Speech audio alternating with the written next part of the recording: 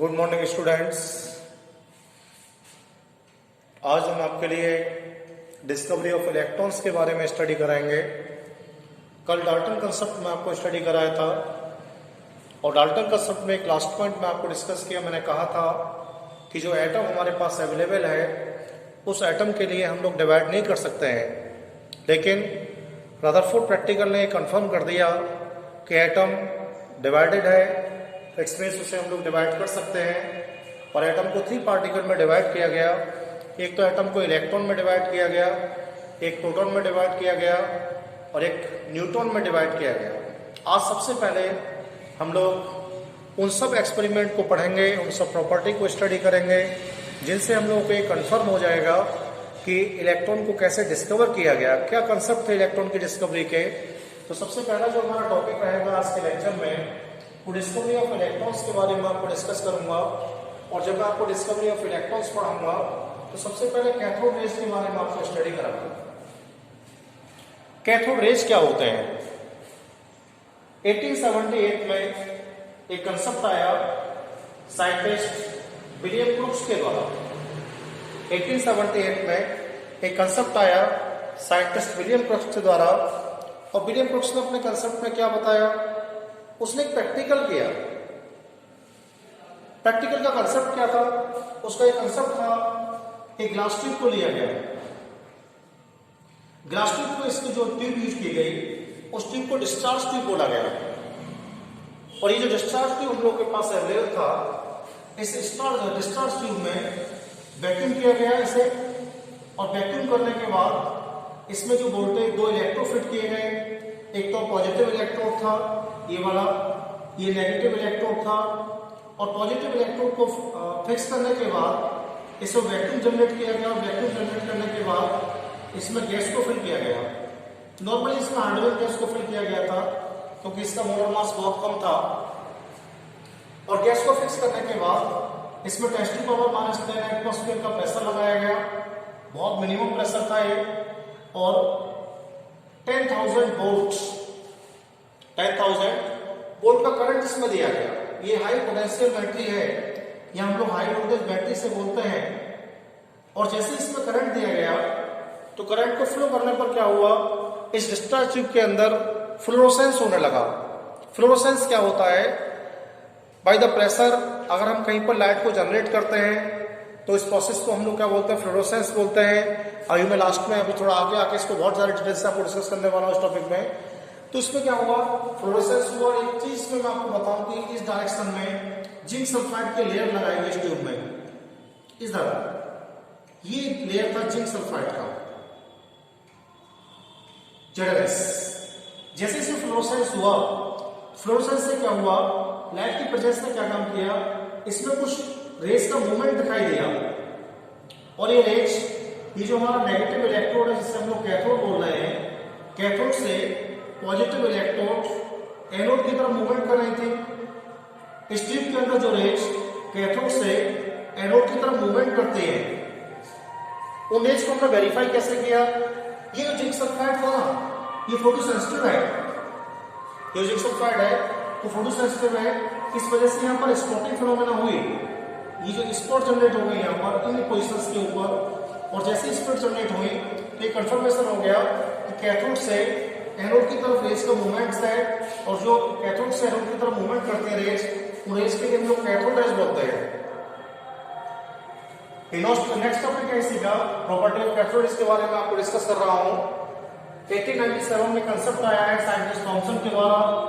और बहुत सारी प्रॉपर्टी थॉमसन ने कैथोड रेज के बारे में रिप्रेजेंट की है। सबसे पहला प्रॉपर्टी मैं आपको बताता हूं, जितने भी कैथोड रेज को हम लोग स्टडी कर रहे हैं वो सभी कैथोड रेज एक स्ट्रेट लाइन मूवमेंट को शो करते हैं। जितने भी कैथोड रेज को हम लोग स्टडी करते हैं वो सभी कैथोड रेज एक स्ट्रेट लाइन मूवमेंट को शो करते हैं। दूसरा प्रॉपर्टी इसका ये था कि जो कैथोड रेज का मूवमेंट हो रहा है, इस मूवमेंट्स में अगर कोई लाइट वेट मटेरियल आ जाएगा तो लाइट वेट मटेरियल आने के बाद क्या होता था? ये इसे फॉरवर्ड कर देता था। इट्स मींस इसमें मास है।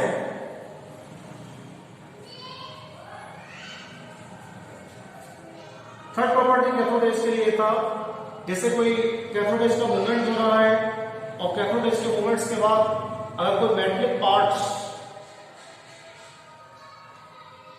इसके मिड में आ जाता है, तो जैसे ही मेटलिक पार्ट इसके मिड में आता है तो मेटलिक पार्ट को हीट कर देता है। This is a very useful experiment. ये इसलिए यूजफुल एक्सपेरिमेंट था जिससे कंफर्म हो गया कि कैथोड रेज के अंदर काइनेटिक एनर्जी प्रेजेंट है।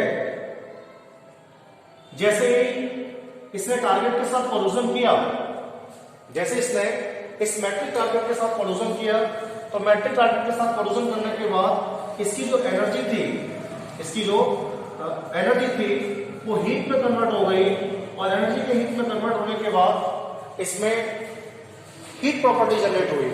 It's means cathode rays heat को भी रिप्रेजेंट करते हैं, एनर्जी को रिप्रेजेंट करते हैं।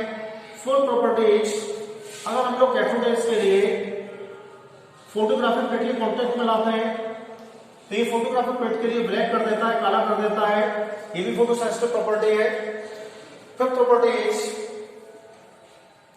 जितने भी कैथोड रेज को हम लोग स्टडी कर रहे हैं वो सभी कैथोड रेज अगर अपोजिट चार्ज के प्लेट से पास आउट किए जाते हैं, जितने भी कैथोड रेज को हम लोग स्टडी कर रहे हैं अगर वो सभी कैथोड रेज अपोजिट चार्ज के प्लेट से पास आउट किए जाते हैं तो दो प्लेट्स का मीन्स है पॉजिटिव पार्ट होगा या नेगेटिव होगा, तो इसकी जो डिफ्लेक्शन होगी वो ऑलवेज पॉजिटिव प्लेट की होगी। और जब कोई रेडिएशन पॉजिटिव प्लेट की तरफ डिफ्लेक्शन शो करता है तो इसका मीन्स है कि इस पर नेगेटिव चार्ज है। ये सबसे इंपॉर्टेंट एक्सपेरिमेंट थी इस प्रॉपर्टी का। सिक्स प्रॉपर्टी इज, अगर हम लोग इसे किसी गैस में एंट्री करा दें, किसी भी गैस में एंट्री करा दें, तो गैस में एंट्री कराने के बाद क्या होता है, ये गैस के लिए पॉजिटिव और नेगेटिव आयन में डिवाइड कर देता है। और जब कोई रेडिएशन किसी गैस को पॉजिटिव और नेगेटिव आयन में डिवाइड करता है तो इसका मीन्स होता है ये आयनाइजेशन फिनोमेना है। ये आयनाइजेशन फिनोमेना है। तो ये कुछ बेसिक प्रॉपर्टीज कैथोड रेज के बारे में जो मैंने आपको बता दी है। सबसे पहले मैंने आपको बता दिया है जितने भी कैथोड रेज को हम लोग स्टडी करेंगे वो सभी cathode rays straight line movement को शो करेंगे। अगर कैथोड रेज के बीच में या मिड पार्ट में कोई भी लाइट वेट मटेरियल आ जाएगा तो मूवमेंट्स के द्वारा उसे आगे फॉरवर्ड कर देगा। इसका मीन्स होगा कि कंफर्मेशन होगी कि इसमें मास प्रेजेंट होता है। जितने भी कैथोड रेज को हम लोग स्टडी करेंगे अगर उनके मिड में कोई मेटलिक पार्ट आ जाता है तो मेटलिक पार्ट के आने के बाद उसे हीट कर देते हैं। और ये हीट इसलिए कर देते हैं क्योंकि इनकी जो काइनेटिक एनर्जी होती है K = ½ mv², वो आइंस्टीन के इक्वेशन = mc² के अकॉर्डिंग हीट में कन्वर्ट कर देती है, जिससे कन्वर्ट हो जाता है, हीट हो जाता है। फोर्थ प्रॉपर्टी मैंने आपको बताई है, अगर फोटोग्राफिक प्लेट के कांटेक्ट में आएगा, फोटोग्राफिक प्लेट के कांटेक्ट में अगर आएगा रेडिएशन तो उसे क्या कर देगा, ब्लैक कर देगा।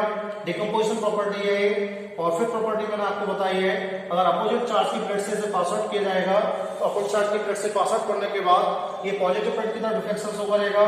इससे कंफर्म हो जाएगा कि इसके ऊपर नेगेटिव चार्ज है। और फाइनली मैंने आपको बताया है अगर किसी गैस में आपने इसको एंट्री कराया है तो गैस में एंट्री कराने का मीन्स है कि उसे आयोनाइज कर देगा। इट्स मींस पॉजिटिव और नेगेटिव कंपोनेंट में डिवाइड कर देगा। ये बेसिक प्रॉपर्टी थी। इन प्रॉपर्टी के बाद ये कंफर्मेशन हो गया, थॉमसन ने ये कंफर्मेशन कर दिया कि जो रेडिएशन आप लोग स्टडी कर रहे हैं इस रेडिएशन के अंदर जो पार्टिकल प्रेजेंट है, इस रेडिएशन के अंदर जो पार्टिकल प्रेजेंट है वो नेगेटिव चार्ज वाले हैं। और नेगेटिव चार्ज वाले इन सभी पार्टिकल्स के लिए इलेक्ट्रॉन बोला गया। और उसके बाद जब भी इलेक्ट्रॉन को रिप्रेजेंट किया गया तो स्मॉल ई से रिप्रेजेंट किया गया। और स्मॉल ई से रिप्रेजेंट करने के बाद उस पर 1 यूनिट नेगेटिव चार्ज लगा दिया गया। Thank you.